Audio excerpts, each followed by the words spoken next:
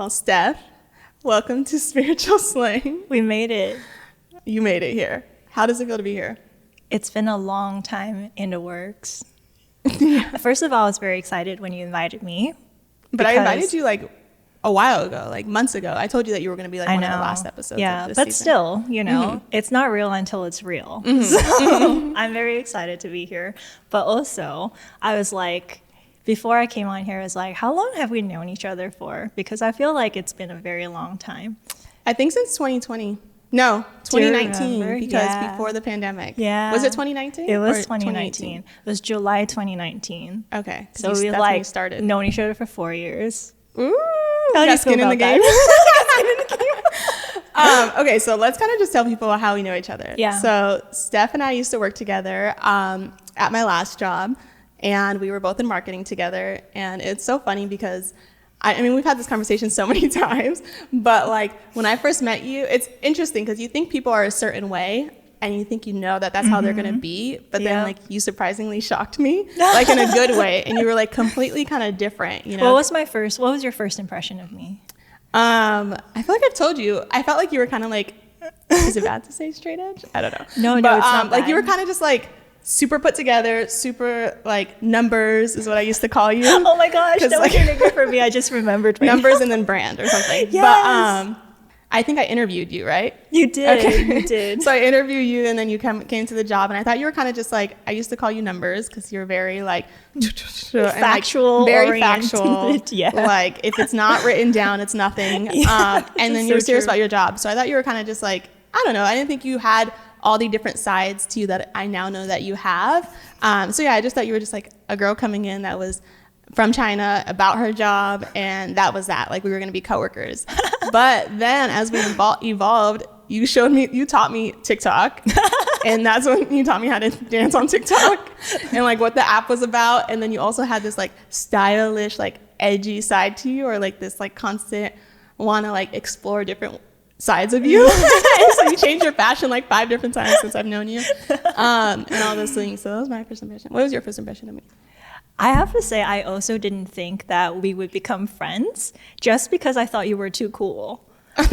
Like you were saying like we met each other during our interview, right? So you were like asking me questions and the vibe you put off legit was like a cool girl vibe. Really? Like, yeah, like when you go on Instagram and you scroll through Instagram and you see these girls who are like super stylish and like they can take really cool photos, but when you try to mimic the pose, you just look awkward. Yeah. Yeah, like you had that like whole thing going for you, the whole aesthetic going for you. So I was like, yeah, I feel like there's nothing I can like talk about with this person to be relatable, and like she just seems really cool. I imagine on the weekends she'd go out to brunch with like her girlfriends or something and do other cool girl stuff. Wait, so then how did we get close though? I feel like, I think Steph is the kind of coworker that she's not the type of coworker to come in and try to take your job.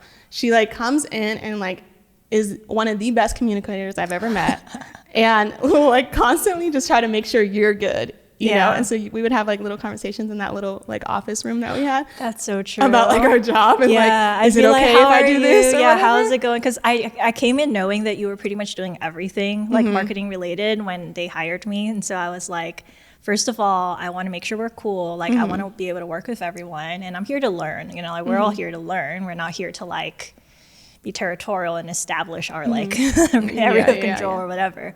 Yeah, so I spent a lot of time like just talking to you, making sure like, hey, I want to do this. Like, are you cool with that? And like, let's work together. And you were like, surprisingly super chill. You were like, yeah, sure, do it. And I'm like, oh, okay, cool. Because the impression you give off sometimes can be a bit like aloof, I would say, on first glance. You know, like everyone has like this outward, but like I didn't realize you were so into The Office. Yeah, the show.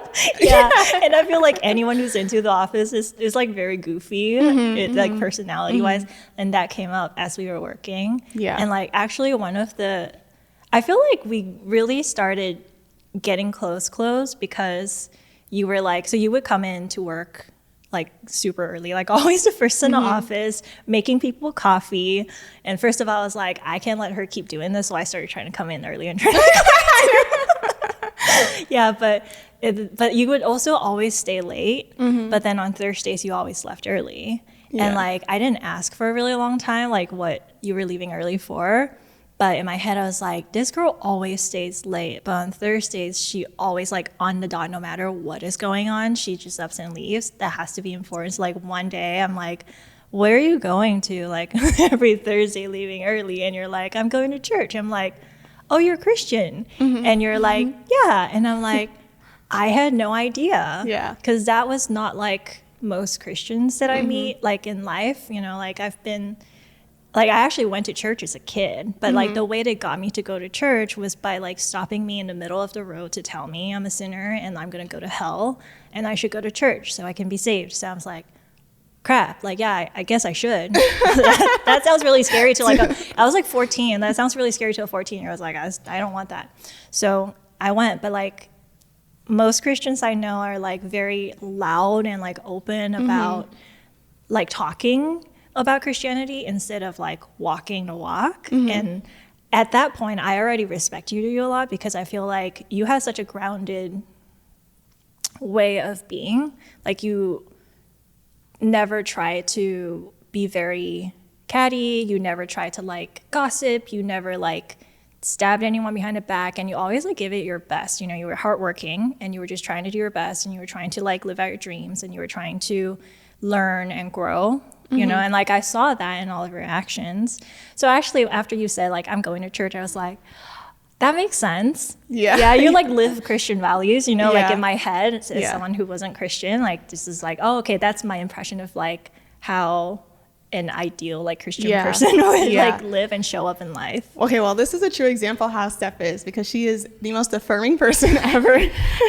And throughout our whole friendship, and even at our last job, all you did was like affirm me every time we had our like long conversations, our meetings that we would have, but it was really like conversations. And so thank you for saying that. But I consider you as one of like my wise counsel people, where like you go to for like advice on many things, you know, and because you're so wise, you're so smart, and you're also not a yes person. So you'll keep it real. And like, I've gone to you for like, before I took my last job or the job I have right now. And I've gone to you for many other things about other people and everything like that. Yeah. So I consider you like a wise counsel person, but also, and just because you'll keep it straight and you'll say exactly how you feel, or like what you think without feeling like you need to like sugarcoat it. But you're like that in every space that you're in. Like at work, you were like that. In the personal life, you're like that. And so I consider you like a wise counsel friend of mine. Thank you for appreciating that. I actually think it's so important to show up in life like as authentically you as possible. Because first of all, like time is limited. Like you live past this period of your life and this age of your life and you never get that back again. And each period and each season of your life is different. You're like, you're going to change. So like this moment, the you that you are in this moment, that's you in this moment, and you'll never get it back. Yeah. And so I feel like every moment, if you're not true and real to yourself, then you're wasting time. Yeah, right? That's true. And That's true. a lot of people actually won't accept you for being you. Yeah. So I appreciate you for accepting me. Yeah, of course. You're great people. Okay, so you kind of touched on it already, but not completely into it. But you said that I was always going to church. And so I want to talk about your faith journey. Yeah. Because I met Steph at our last job, and I did not know like where you were at with faith, but I also wasn't like trying to beat people over the head with Jesus in a sense. Yeah. But like you said, like I was kind of just like living my life. And anyway, so I remember when the pandemic happened. Yeah. And we were having a conversation on the phone. Yeah. And you told me that once you and your husband were gonna like got settled in your new house or whatever, that you were gonna try to find a church. Yeah. And I remember thinking like, and I remember crying after I got off that phone call. Maybe I was crying. No, but it was like so beautiful because I was like, wait, really? And you're like, yeah, like I like seeing you and everything like that. Like I want that community and everything like that. And you had said something like it was everything you did and nothing you said. And I was like, God was like using me. And then also so you were just like so open to it. And you also said that you were an atheist, which I did not know that, because we never really talked about religion or anything like that. That's true. But like, it makes sense for who you are, because you're like someone that's like, if it's not written down or fact or whatever, it's hard for you to believe. So I want you to talk about a little bit about your faith journey and like becoming like believing in God. Yeah, it's like a really long story just because I actually did go to church when I was young. I was like 13 or 14. And I, like all my life, I kind of like deal with depression. Is like a condition that just like forever has been there. And so when I was like 13 or 14, one of my mom's friends was like, you should get your daughter to go to church. So I went to church. So I have like some experience going to church and going to Sunday school. And like at that point of time, honestly, it just felt like we're a bunch of kids whose parents don't know what to do with us and decided to drop us off somewhere at daycare for like teenagers for a Sunday afternoon. And I honestly didn't get much out of it. And then as I grew older and older, because of my negative experiences with a lot of Christians who are very, very loud about it and like in a very negative, judgmental way, I've been curious about the teachings of Christianity, but not so much about the people, unfortunately. So first of all, I was very surprised, like when I came into contact with you. I think that's when we started getting closer to, is like I started asking you about your perspective on your faith and your spirituality, because I, as a person, as you said, I'm very numbers focused. I'm very like fact driven. But I know that we all have a spiritual side. I know we all have an emotional side. We have a logical side. It's just like different components of us.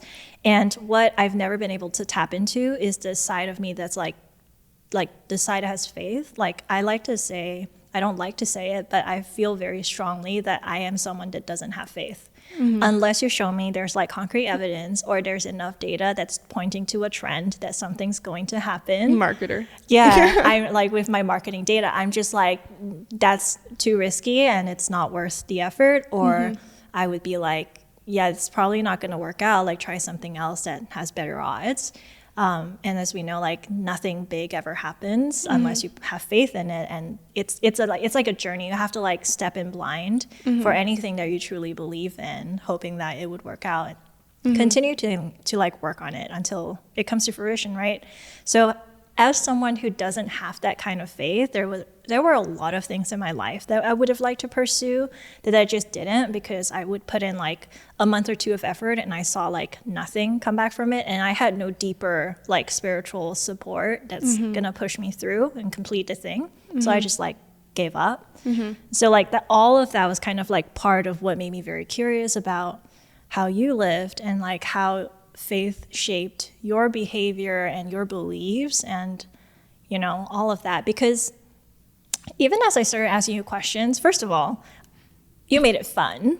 That was I have to say that was a huge motivating factor, because you had all these phrases every time like we found a parking spot, like when we went to Trader Joe's together. Oh yes. What was the phrase? God is good or something? You would be like, God is good. And I'll be like, oh, that's interesting. And you're like, no, you got to say all the time. That's a response. Wait. Sorry. Okay. I kind of want to cut you off real quickly because I want to talk about that, actually, because I forgot to mention that. But you were there when I came up with the name for Spiritual Slang, because you were like, we were on the phone and you're like, you're the queen of those sayings, like God is good or whatever all the time. And then I was like, it's like spiritual slang. And I was like, that's it. That's the podcast name. That's the name. Yeah, so that's funny. I just want to say that. That was the birth of the podcast name. Legendary. Yeah. I know. It's funny because those phrases, even for someone who's not of like, you know, the faith or whatever, that was very relatable to me, because legitimately sometimes parking is just like difficult, impossible. And so when you were like, God is good, I'm like, yeah, all the time. And like, I kind of like appreciated the fact that, you know, I'm not, like, I don't identify as Christian, but you still welcomed my questions and you were still like patient with explaining the things. You didn't judge me for the fact that I wasn't part of the community. You didn't like, you just like were very happy to share without any pressure that I need to believe in the same things that you do, or that, you know, I need to like change the way I am. The fact that you just kind of let me be me as I'm curiously asking, well, like, what about this? What about that? What are your thoughts about, you know, like, how do you behave when like you have these negative emotions, and like, how do you deal with that and all that? It was like very refreshing and very like warm, like the kind of warmth that I would kind of expect someone who is spiritually guided to have. Yeah. But it actually is pretty rare. Okay. I feel like. Yeah. No, it is. And it's like, I think your whole experience with it and like how just watching me and everything got you to kind of see God and like want to know more and everything. It's like testament to, I think in general, like sometimes, like you said, some Christians can be like kind of trying to beat you over the head or like force you or like be judgmental so that way you come over to believing in God and stuff like that. But it's like a lot of times, like if we're just surrendered to be used in a space, like as Christians we're supposed to be surrendered to God, and God will use us in different spaces, you know. And so if we just show up, like he'll shine his light there, and so he'll do the work. We don't even have to do the work, you know. We just have to be we have to be able to be used, basically. And so I think that's like just an example of what of God using me in a space to bring you closer to him. Because then like after that you became more curious about like praying and stuff. And I remember you said you wanted to learn how to pray. Oh my gosh. And then I prayed over you, and then I was like, just talk to him. And that all the was things. Amazing for me personally. That was like part of my personal growth, is that, you know, I'm so factual based and everything. And I have this thing where like I feel very weak when I reach out for help. And so I don't reach out for help. Like if you asked any of my friends, they can count on like one hand the number of times I've called them up to be like, hey, I need to talk to someone about this thing. And like, you know, I just like don't use my circle of friends for my moments of weakness. And you're one of the first people that I felt comfortable like reaching out when I felt really, really weak for help. And I remember like there was this one, I was like 10 p.m. or something. So first of all, I don't call people. Late. Second of all, I definitely don't call people when it's like 10 p.m. on like a Friday or something. It was like really late. And like usually I'll be in my head like, I can't call this person. It's really late. They probably have something going on. You know, also like we're coworkers. Like, like Well, were we still coworkers at that point? Yeah, maybe. I think we were coming to the end. of the journey. Coming to the end of a journey, because it was a very, very, very high stress, intense situation at work, right? And so I know we like made these jokes about like crying in our cars during lunch break or something. It was like It wasn't a joke. I was joking. It wasn't a joke. Yeah, but like I remember calling you and you were driving, and I was like, Chanel, can you like pray for me, because I don't know how to pray. Because like also I grew up thinking like praying is like, I don't know, you need like words that you need to memorize off of a script in order to like for it to be real or legit or something. I didn't know you could just be like, yo God, like I didn't know you could like be like it's that. literally just conversation. Yeah. And sometimes even when you don't have words, like if you just go into the space and be like, God, I need to hear from you, he will speak to you in there. Sometimes we don't have to say anything. Like our tears are enough sometimes, you know? I learned that from you too, because I was like, okay, well, that's a lot more accessible, you know. I don't know what to say if you wanted me to say it all official like. So I called you. I was like, Chanel, I don't know how to pray, but I am so struggling right now, you know, in my space, and can you just help me pray? Because previously you were like, you know, just call me and many things. So I was like, can you please just pray with me? And then you prayed with me while you were driving. So I think that's a major feat, because I can't do anything when I'm driving. But you were praying with me as you were driving, and you were so patient, and you were just like, you know, dear God, you know, I hope you look after Stephanie. She's going through a really rough spot right now. I pray that you will look after her and like show her the way and like lead her out of this, you know, place and like, kind of, and like, when you were praying, I just like started crying so hard. I also don't cry in front of people, you know. So yeah. And then the Lord made you. I seriously, be vulnerable. and then like whatever. I just feel like you're this vessel for you know, the faith or whatever. Like many qualities, you're a vessel for many good qualities. But in those moments, you really helped me feel God. And that's like a crazy thing for me, for someone who like literally has no faith. You helped me feel the presence of God. Like I could feel some warmth and some like higher being, like, you know, a parent that like, you know, it's okay. And that was God in that moment too, you know, like I was just praying, but God was just showing up in this space. And I think because you also like opened your heart to him, and now we're like kind of curious and stuff, he also like spoke to you that one time. Oh my gosh, let's talk about that. Yeah. Because that was crazy. Yeah. And then you called me and told me about it, and you said, I can never not believe after that. Yeah, like that was like a separate time, but then also like after that experience that I had with you, I was still struggling. But then I would like try to pray by myself, knowing that it could be more casual. So I was like trying to pray by myself afterwards. I was like listening to a lot of sermons. You sent a lot of really good stuff to me from like your church at that time. Yeah, and that was really helpful to listen to, and that gave me like some direction in terms of just like keeping steady in like a very big storm that was happening internally. And then one time I was like praying, and then like my inner like convo monologue is a female voice that sounds very much like me, but just like very mean and non-affirming. Mean, but like the evil version. And then as I was like praying and crying, I was like, oh my God, like this is like the worst, and I don't know how to get out of this. And if literally I just like want to die, because there's nothing that can be worse than this, and I don't want to suffer another moment of this. And then a male voice came into my head and was like, don't worry, I got you. Don't worry, it's okay. And I was like, what the, who is this? Because my inner monologue is female. Yeah. And then I heard a male voice for some reason, you know.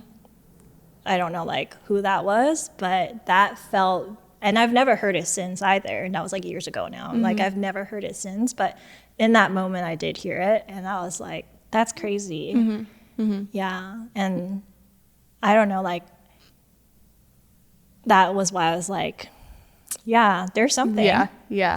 No, I thought it was beautiful because I do believe it was the Lord for sure. But I thought it was just so beautiful because it gave you hope, you know, in that moment. And I think in a moment like where it's so dark and you don't know what to do, and you're like, I want to die, and there's like nothing worse. And it's like, and I think that's the beauty about God too. What I try to make people realize is that he's light in your darkness, you know. And I think once you believe and you hear him that time, because sometimes you can hear him and you won't hear him again for like a while, you know, and sometimes you experience the Holy Spirit and then you won't have an experience like that for a while, but you still believe, you know. And so anyways, that's why I like try to tell people about the Lord and like try to like live my life like that, because I know what it's like to like live in darkness. And so when I see people like you coming to light, and that's why I was always so emotional when you would tell me those things. I wasn't like crying on the phone with you, but I would like get off the phone and call my friend and cry and tell them about it. Is because like I know what it feels like to live in darkness. And so like to see people come to light, there's like no better feeling, because you're hopeless until you have the Lord, you know, like you don't think there's something better. You don't think that you can come out of a situation, and you came out of it, and I mean, life is life, so it ebbs and flows. Yeah. But yeah, it's just beautiful, and I love your testimony. And that's not even to say like, you know, after that I became a full-blown Christian. I went to church every Sunday and started pursuing it as my life. But like that wasn't it though, you know, like afterwards I just kept on living my life like how I used to. But I have to say it like did fundamentally change something in me. I went from someone who had no faith to someone who like had an idea of what it feels like to have faith. And like that was what eventually, like that little seed started sprouting. And then that was what allowed me to step out of the life that I was living for like, you know, a decade before, like pursuing my value from things that were very external into like trying to figure out, okay, like how do I place that value inside me now? And like how do I build my self-worth and my self-esteem and my confidence around who I am versus what I'm able to do and the results I'm able to drive outside of me. Like that, all of those events kind of like were stepping stones for me to eventually get to a spot where I was confident enough to quit my job. I was confident enough to move forward in life without a plan.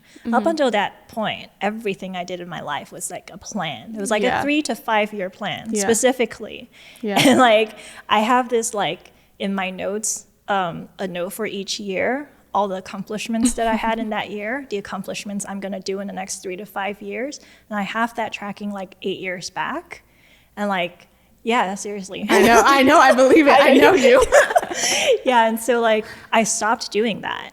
Like amazing. After that whole like series of events, I stopped tracking my life that way, and I started just like I have a general idea of where I want to go. And like, you were always telling me, you know, like, God knows you, God knows you. And I was like, God knows me. And so like, you know, I'm going to try to be the best version of myself possible. And just like, I guess God will lead me wherever. I don't know where, but I have a little faith now that, you know, wherever he's going to lead me, whether I feel like it's good or bad, it's good. Because if it's bad now, it'll be good later. From that point onwards, I was kind of like, okay, I'm just going to move forward. I don't always have to plan everything. And if something doesn't go the way I want, it's not a signal for me to like take an action and like change it. It's a signal for me to just like sit back and observe what's happening and be like, okay, you know, this is happening for a reason. Maybe God put it there. Maybe it's not God, whatever. But like, maybe it's the enemy.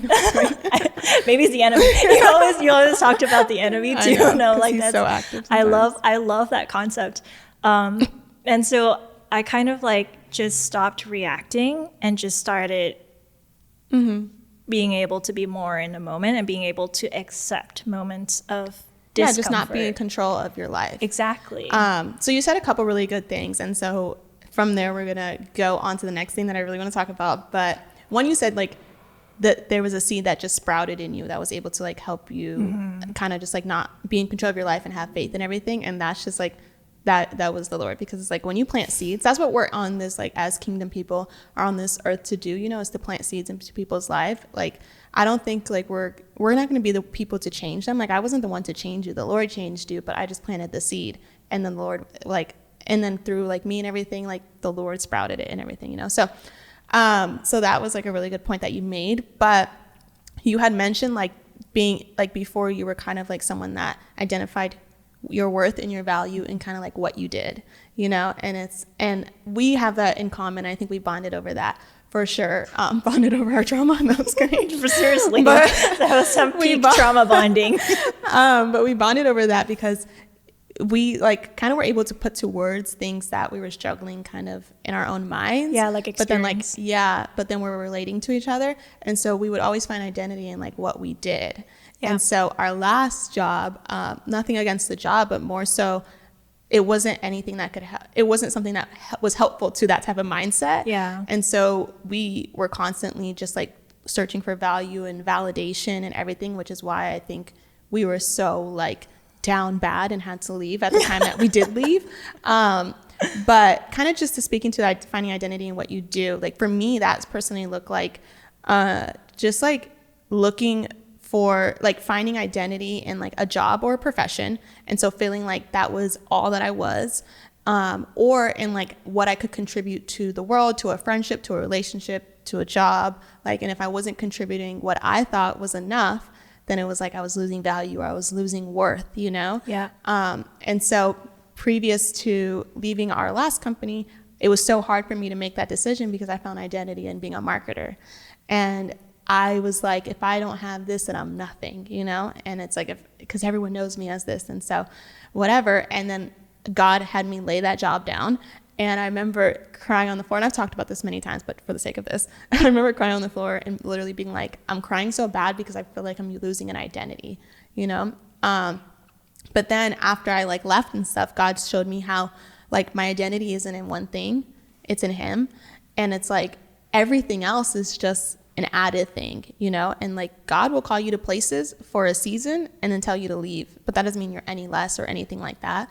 And so that's kind of like what helped me or whatever, but like kind of speak about your experience. Oh, and I have talked about on this episode, not on this episode, but on another episode, what your therapist told you, which was, I always keep front of mind, which was like, you need to spend less time doing and more time just being. Yep. And so kind of talk about your experience with like finding identity in what you did. Yeah. For all that time, because you did it for, it wasn't the last job. It was like, we were just talking about it earlier, and you were saying even at your previous company, you were the same way. Yeah.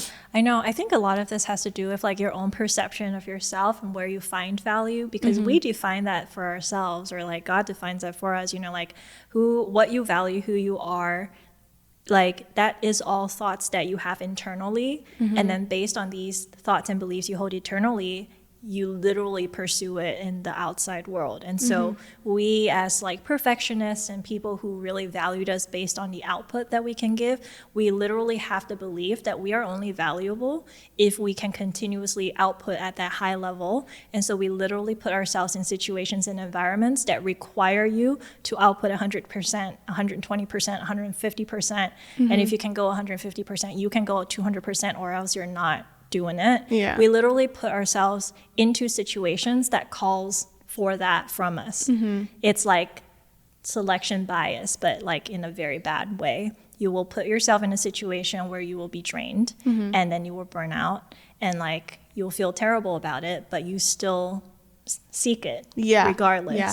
It kind of goes to the point of perfectionism too, because I feel like my perfectionism wasn't activated unless I was put into a situation where I had to perform. Yeah, exactly. And so like a job you have to perform at. And so it's like, we also are recovering perfectionists, which is what Steph and I like to say, because we are very similar, and like it's never enough in our mind, you know? Yeah. So anyway, so like to that point, like, like when you're like in a job where you have to perform and you're like, okay, well, I'm doing this, and you're like complimenting me on my work, and I'm like, no, it's not good enough. Like, it's not even good or whatever. And I also think we were in an environment where it was like where we were kind of seeking validation. And so if we don't get the validation that we need, then it's affecting us mentally. Yeah. But it's like a never ending like tread. There's like a little hamster wheel that you keep running on, because as we're seeking validation, but we put ourselves in a situation where they literally won't give you that validation, or they will give you a backhanded validation where it's like, oh, good job, but you know how you can be better?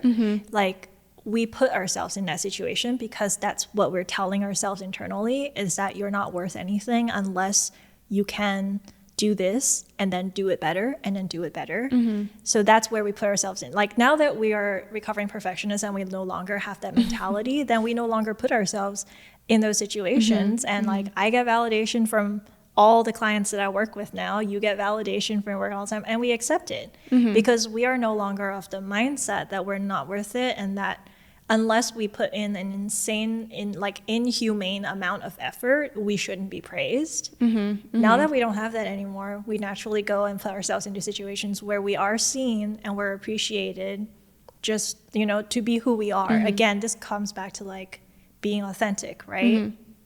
We were putting ourselves into places where people didn't accept us for who we are and always required us to be something else in order to be like good. But now we put ourselves in places where we can show up as we are, and people appreciate it and accept it.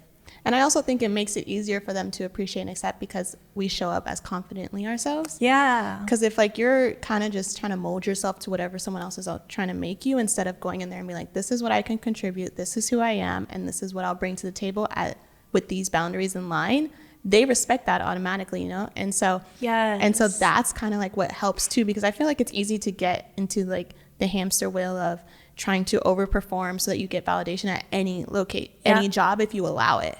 But that's why, like, before, what you taught me was like, before you step into any place, kind of just set like what you need and kind of making the job work for you instead of you working for the job, even though you're working technically for it, but like make it work for your life, you know? And as recovering perfectionists, what I am proud of us now is because before we used to like work long hours, work weekends, always be available, that type of stuff, because we were like, I have to overperform, I have to overachieve, or else I'm not worth it, because of our own internal mindset of feeling like we weren't worth it in general. And so if at any moment we could lose it if I wasn't overperforming. Exactly. And the thing about finding identity in something is that you're always afraid to lose it.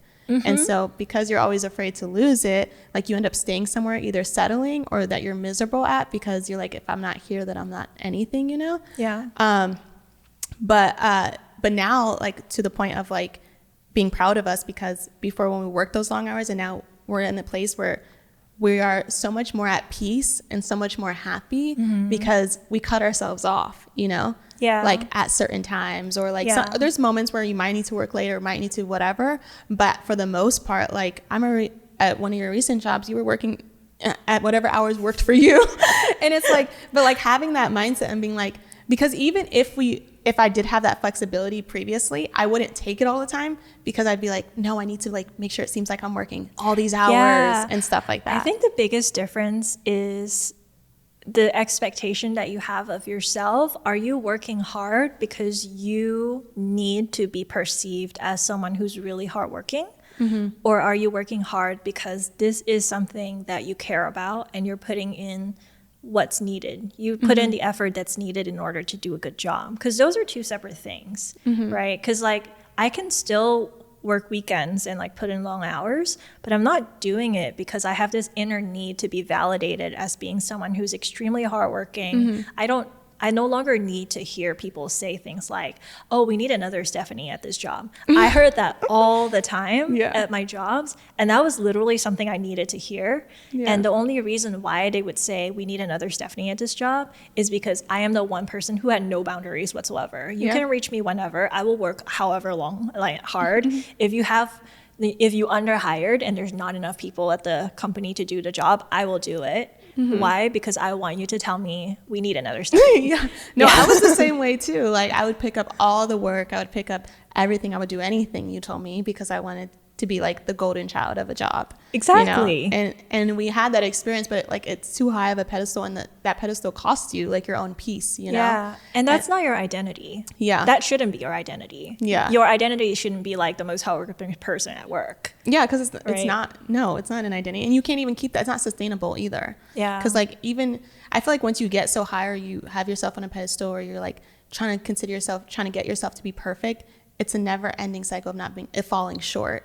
Because perfection is like, you're never perfect. And so no matter what, when you're a perfectionist, you're constantly falling short because like in your own mind, like you're trying to get to a level that you actually is impossible to reach. Yeah. And you think it's like reachable if you keep doing things. Yeah. And then it gets to a like very toxic cycle where like at some point you literally can't let it go because you've been in that cycle for so long that's become all you're familiar with. And kind of like going back to what you were saying, like you cried on the floor because you're like, this is my identity. Who am I without this job? Like part of the context for that is also that you literally moved back to LA as a fresh start. And so it was extra hard because this is like 6 years of your life poured into this to try to establish a new life for yourself. 4.5. Yeah. My bad. Close. 4.5, like, rounded up to 6. But it was like literally 4.5 years of your life poured into building this new like hope almost. This is your vision for yourself. You didn't want to be like the person you were before, so this is new life, and then you're just going to give it up. You know, like it's like you spent all that effort on it. Yeah, that's true. And I also think like at a time like that where you're like kind of moving back and not really knowing what you're doing, and it's like the first kind of big girl job you get, I think it's like you don't really know yourself either. I was in a space where I didn't know myself, and so in anything I was around, I was finding identity in, you know? And so because I was like, I got this new job, and then it was like, I was dedicating my life to it, literally, then it was like, okay, that's all of me, you know? But I think one of like the key things I've learned about like figuring out, like kind of getting out of a mindset like that where you find identity in what you do or who you're with or whatever, is to like learn about yourself. Yeah. And to like love yourself as is and like learn about yourself. Yeah, and know yourself. Yeah. Exactly. And so because I didn't know myself, I was able to just cling to that, you know? But then like, as like time went on and stuff, I started to see that like, oh, this doesn't actually work for me, you know? And then I was starting Spiritual Slang. Yeah. And so then I really was aware of things that didn't work for me. Yeah. And so then that's when we decided to leave. But so kind of to go to that point of like, because I feel like a lot of people can resonate with like finding identity in what you do, and it's like easier said than done when you're like, okay, well, just leave or, you know, like do this or that. But like, what was like your turning point to finally being like, I need to change something, and so I need to leave this place? Yeah. And then you took like a longer break than I did. I took 2 months off, and then how long did you take? I took 5 months. I did like little freelance gigs on the side, but I took 5 months off of full-time work because the turning point was like around that time when I called you. I was like, Juno, pray for me. I was like, my prayer. Seriously, it was your prayer. It was too much. I think as people in our 20s, because we're young and we're trying to figure it out, we just keep going because we're energetic. Like in your 20s, you have energy to spare. You can like party till 6 a.m. and then go to work, well, you know, whatever your lifestyle is. But like I had a lot of energy to spare, and I put all of the energy into work, and I just kept doing it and doing it and doing it and doing it. And then I was like approaching my 30s and I'm still doing it. But then I realized I'm running out of energy. And then I was like a panic moment of like, shoot, I can't keep doing this forever. But I have to, because that's in my 3 to 5 year plan, you know, because I had set up all these like external goals for myself. So the turning point was like when I started, like my mental health just like went straight down. And then I realized like, oh, I actually cannot do this. I would like to do this, but I actually cannot do this. And like calling, you know, people that I didn't perceive to be like super close and asking them to pray for me. Like that was like, for me, I had a lot of shame. Like internally, I put the phone down. It was really helpful. And like, you know, thank God you exist. But like, I put my phone down and I cried because I felt so ashamed that that's where I'm at now. Kind of like your moment where you cried on the floor. I have my moment of crying, like kneeling by the bed, because we were praying a moment before. And I thought I have to kneel by the bed. You were still kneeled. Yeah, this is what a newbie does. We think, okay, we have to have a script and we got to kneel by the bed. It's respectful too. It's respectful, right? Yeah. Right. That's what I thought. But you don't have to have a script. Yeah. But you could also pray anywhere. But like what I was going through in that moment was kind of like, this has to change somehow, but I don't know how to change. And also I'm so embarrassed. I put in so much effort.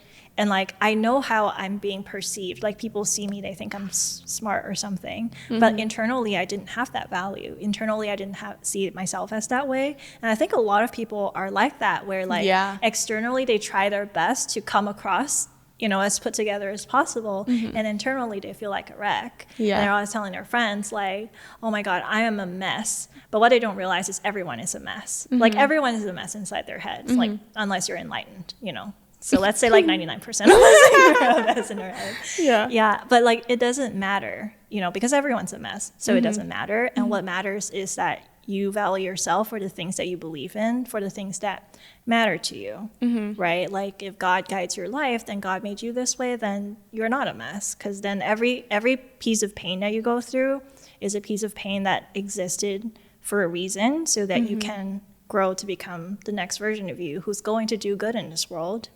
But you need that pain as like, you know, your origin story. So you can be relatable, right? Like, so basically like around that time of like leaving, was it because what gave you like the courage was basically like, I just couldn't do it anymore. You couldn't do it. Like there's no other way. I actually didn't have the courage to leave. I left because I had no other choice. Oh yeah. Wait, I'm kind of remember. Well, okay, yeah. Yeah. But you like it was kind of like, yes, you did, but then also like it was like a little different. I literally, when I left that job, they were like, my bosses were like, well, where are you going? And I'm like, trust me, I don't know. I just know I can't stay here. Yeah. Oh, like, so you said you had kind of, okay. Yeah, I had to leave. And so I literally There was no other option. Yeah. I literally thought if I didn't leave, I was going to like kill myself or something, you know, or like do something really bad and I would regret it and I would hurt my family and I don't want to do that. And so I left and I didn't have a plan. And like for 5 months, I had a huge identity crisis where I just like felt ashamed and I felt like, where am I going to go to from here? And also, who am I now that I can't even do this job? That so many hundreds of thousands of people in this world struggle with their jobs. And I can't even show up, like, that's a loser. So then how did your internal self was crazy. Yeah. But for talking to you like that, not just crazy. But so how would you say, okay, I get what you said about the choice. Okay, I thought you were meaning something else. But that makes sense. Yeah, because that's kind of where I was too, where it was like there was no other option. It was like I leave or I suffer here. Yep. And not really because of them, but more so necessarily because of me. Exactly. And it's like I needed to like reset as a human. Yeah. And like figure out what I wanted, who I was. And I also didn't think I could ever go back to marketing. And then I ended up doing it. I know. I was surprised by that, actually. Yeah. I didn't think I was really going to do it. thought you were going to go do something that's related to your spiritual self. Yeah. And then you told me that actually it doesn't have to be that way. Like the way that you were able to dissociate your value from your job and still be able to show up to your job, because you enjoy marketing. Like I can see that based on, you know, working with you and based on what you do today, you really enjoy your job and you like doing it, but it is no longer something that you do as part of your identity of like being a marketer or being like a really good corporate person or something like that. And that has brought me so much more peace, because I think when you so kind of just to like make it clear, I feel like we leave when you really feel like your mental health and your peace is suffering and you don't have any more grace somewhere, it's time to leave for sure. Like I feel like sometimes we can sit in old blessings. It's because that job was a blessing, because I was like moved back to LA, like you so eloquently explained and everything, and I was like, I don't know what to do and what I'm gonna do, and I didn't even go study marketing, and I got blessed with that job that taught me so much about myself and many other things. But I think sometimes blessings also have an expiration date sometimes, you know, and I feel like because we thought, well, God gave this to me, like we don't want to leave it because we're like, okay, well, this was a blessing one time, but like a blessing in another season doesn't mean it's still meant for you to stay, like still be a blessing in this current season. And so it has an expiration date. And so I feel like when you feel like your mental health is suffering or you don't have peace and like the grace has left, it's time for you to leave is usually what I feel like. Anytime the grace has left, in period. And grace is like favor. It's like peace when you're doing it, fun, the joy, all those things. And so I left because I didn't have an option either. And I commend us for taking a break, because like it's so easy to run to something right away and like try to find it somewhere else. But we were like, something's really wrong with us. And that's why it's like knowing yourself is a really good tip too, because it's like sit with yourself and figure out what you actually want, what you actually care about. And it wasn't that I thought I didn't want to do marketing anymore, but it's like I do enjoy it. It was just I was identifying it as like everything to me, you know? And so I think going into my new job, I was able to have peace more and have fun and stuff, because I don't identify with it anymore. I believe I'm everywhere for an assignment and for a reason and a season. And once God says it's up, it's up. And so like I just try to like get out of every moment or every place that I'm at what I'm supposed to get. Like, what do you want me to learn, Lord? Who am I supposed to talk to here? How are you supposed to use me here? And then like that helps me to not get overwhelmed by the work or get overwhelmed when I feel like, am I performing good enough or anything like that? Like I don't even think about that anymore, because I just flow in this like way of like, well, it's not who I am. So like I can't be shaken by it, you know? Yeah, the stress doesn't impact how you then perceive yourself. How I perceive myself or how anything about the job. You just get like, stressed and you no longer think I am a terrible or I'm doing a terrible job. I'm not like, oh my goodness, like it's not causing me sleep and all the things, because I'm like, well, I'm here for a reason. So if God wants me here, I'm still going to be here. Yeah. And so kind of to your point, it was basically that like I have so much more peace now because we don't identify in kind of what we did, you know? I have a question for you, actually. Go ahead. Something you were talking about, you know, you're talking like about assignments and like when you know your assignment is over, you have to like move on and do something else. How do you know when your assignment is over versus it is just like a testy period in that assignment? Well, I think it takes prayer for sure. Like I didn't leave the last company for 8 months because I didn't know what it was. But kind of it's funny you brought that up, because I was going to talk about assignment at the last job, and you were, I felt like an assignment. I know from the Lord assignment, because he told me that. But like I was planning on leaving that job a year before I actually left. Was I going to do it? I don't know. But like I was thinking about it, but like I didn't feel like God was saying to do it, and so I didn't do it. And so then you came, and then being able to like show you God and everything, I was like, oh, that's the reason I had to stay. Yeah. But for someone you totally didn't think you'd get along with either. I know, which is wild, because it's not like I met you and I'm like, she's the reason. She was like, it was like a hindsight thing where God was like, that's why you couldn't leave earlier. Yeah.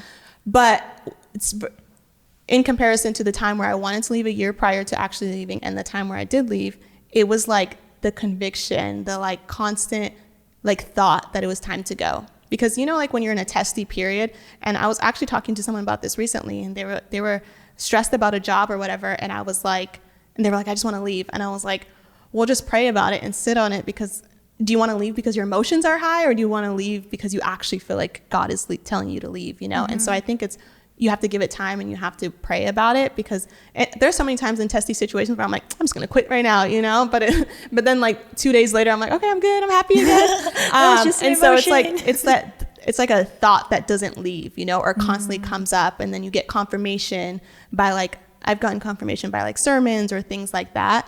And a lot of prayer. And if I sat on it for 8 months and God continued to tell me, and I felt like peace on my spirit where it was like, I think I have to do this. Yeah. That's when you know it's like up, you know, like, so I hope that answered your question. Yeah. And just so this is clear too, like this whole thing happened across years, because we're having this conversation now, it's like probably like an hour long, but we're recounting experiences that spanned over like months and months and like years. It took a really long time for us to go from that the people we were, where we suffered from perfectionism, we suffered from like always overworking ourselves to the detriment of our own health, we suffered from like not like needing external validation from sources that was just unhealthy for us. We suffered from like not having any boundaries and not knowing how to establish healthy boundaries for ourselves, to like today, where we have much healthier boundaries, where we do no longer need this type of like external validation from the work that we do, but we're still able to enjoy the work that we do, and like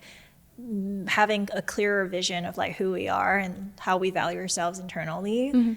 That's all like a journey. It takes time. Yeah. That's a good point, because it's not like an overnight thing. It's not like it happened yesterday. Now we're sitting here glorified and everything like that.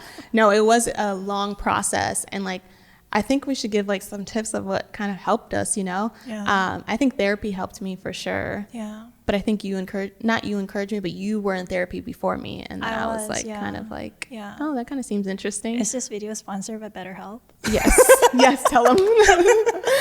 But let's give some like kind of like tips and advice of like kind of what helped us get to where we are now. Yeah.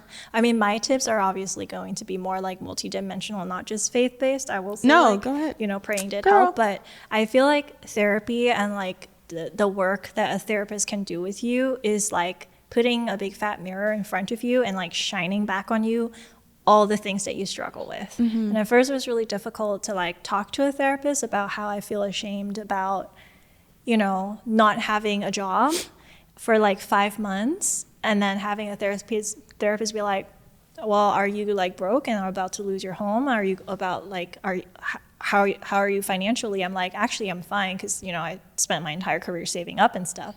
And my therapist is like, okay, so what's the issue? Like, and that when she asked that question to me, I was like, the issue is I don't have a job. Yeah. And the therapist was like, okay, what's wrong with not having a job? Like, you're not on the streets. You're not being a burden on anyone financially. You're taking care of yourself. What are you doing for your spare time? I'm like, I'm just having fun. I'm like doing things I enjoy. I'm pursuing my hobbies. I'm reading. I'm writing. I'm going to the gym. I'm going on walks. I'm spending time with my husband. And then my therapist is like, all those sound like lovely things. That sounds like a great life. Like, you know, that sounds like that sounds like the kind of life everybody wants to live. And I'm like, from that perspective, true, but I couldn't enjoy it because I didn't let myself do it. So going to a therapist and having those conversations and having all of your like subconscious thoughts and beliefs and values reflected back to you is really helpful, so that you can become self-aware about it, so you can move on. And second thing is like exercise. I recently actually saw this documentary on Netflix. It was Jonah Hill's psychiatrist or psychologist. It was Jonah Hill's therapist. And he was like, if you're going through depression and all that, you know, the most helpful thing is like 30 minutes of exercise every day. Just make yourself do it. And you know, that's easier said than done, because when you're truly depressed, you literally cannot even get out of bed. And I actually really relate to that. And he was like, you know, have someone drag you out of bed and just like force you to do that exercise. It's going to be hard, but there's like physicality and like brain chemistry that you cannot fight against. And exercising, you know, puts endorphins into your like brain. And so it will make you feel better, whether you want to feel better or not. And maybe it's very temporary, but then doing it every day and like making that into a routine helps you disassociate your brain from all the thoughts that you're having into just like focusing on this activity. And then when your body feels better, your mind feels better. So like taking care of your body is very important. So like that's something that I think those are like, great. I feel like those both fall in line with like kind of some of the things that helped me as well, which was because you had mentioned like, you were going on walks and you were doing other things and all these like little things that you were doing that bring you joy in a sense. And so what helped me was finding other things that I could do, which was that didn't involve just working and constantly performing. And so like I took cycling, you know, and that became like a habit, not a habit, like into my routine, which I really enjoy. And it's like to the exercise point, but I also realized that I love reading. And so I got back into reading and I did puzzles and I did like all sorts of things that like just brought me joy that like balanced my life more, like made my life more wholesome. So it didn't feel like I was constantly feeling the need to like perform at such a high level or find work so that I could perform or anything like that. And so I think finding things that bring you joy is really helpful,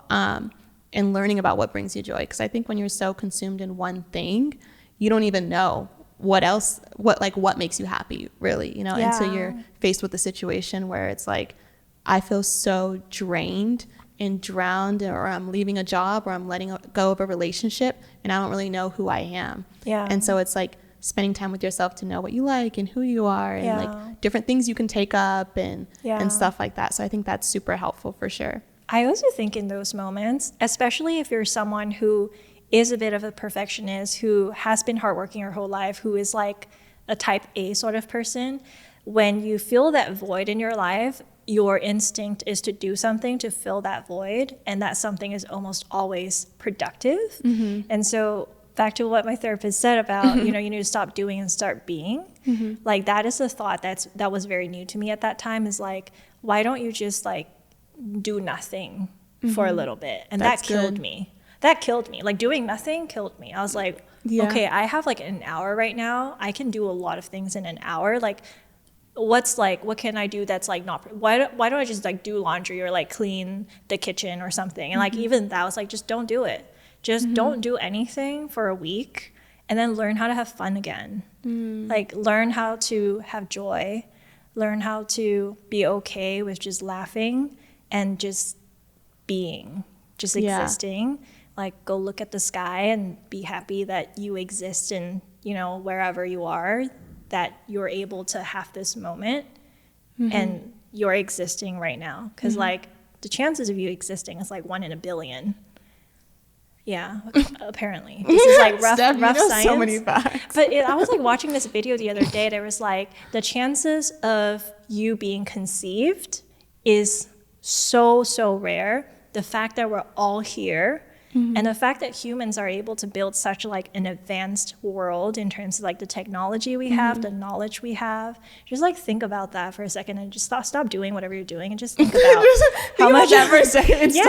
Like how much of a miracle is it? To have life. I think also it's like coming from that gratefulness, you know, like I've kind of started to incorporate into some of my prayers, like just thank you for the little things that I take for granted, like my health, the fact that I have legs, that I could walk, that I have a car, that I have an apartment, that I have like money in my account. Like there's so many things that we can take for granted. And so I think also to your point, it's like, I guess that's why people like do the journals and stuff, because it's like 3 things that you're grateful for, because you're like, wow, I'm so worried about all these like external things or all these things about life and trying to control everything, that I'm just like not even being grateful for what I am, who I am, and all the things. And I have to say, being an ex-perfectionist, gratitude or finding gratitude is exceptionally difficult, because the moment you start having the thought of like, I'm grateful to have legs, the counter thought comes, which is like, but like everyone has legs. I can be better.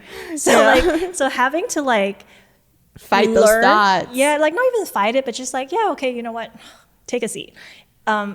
Just accepting that you are that way, and then still carrying on with that gratitude exercise. Like for me, I can never do those like 3 things you're grateful for, because like I need to take actually like 15-30 minutes to even get into a space where I genuinely can like feel it. That's the important part of a gratitude exercise. It's not about writing 3 things. It's about allowing yourself and giving yourself the space and time and grace to like get into that space where you can feel grateful. That's hard for me. I mean, that's a good point, but I think it takes work. And I think the biggest thing about everything we talked about is that it takes work. It does. But if like you're dedicated to just being better and like getting out of that dark place, or like the thing, like accepting that you don't have to live like this forever, basically, and you put in the work, like you will get better. And so I think that's like the biggest thing. But we're gonna wrap up because it was a great conversation. And I'm so happy you came on.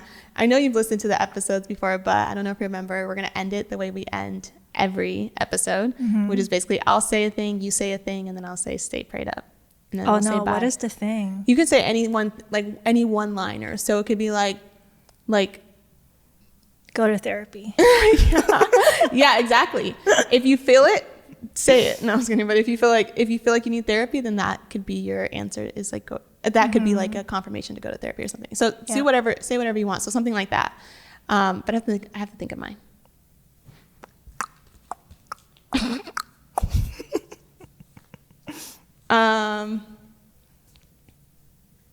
Okay, I got mine, I think. Do I have to look in the camera when I do it? You don't have to. Okay. But we can just look at each other. Okay. So my one is going to be, oh wait, I forgot.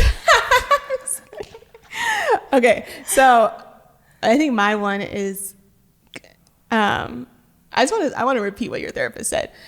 So mine is going to be okay with just being. You don't always have to do, just be. I love that. Mine is go easy on yourself. Oh, that's sweet. And then the last one is stay prayed up. Okay. Bye.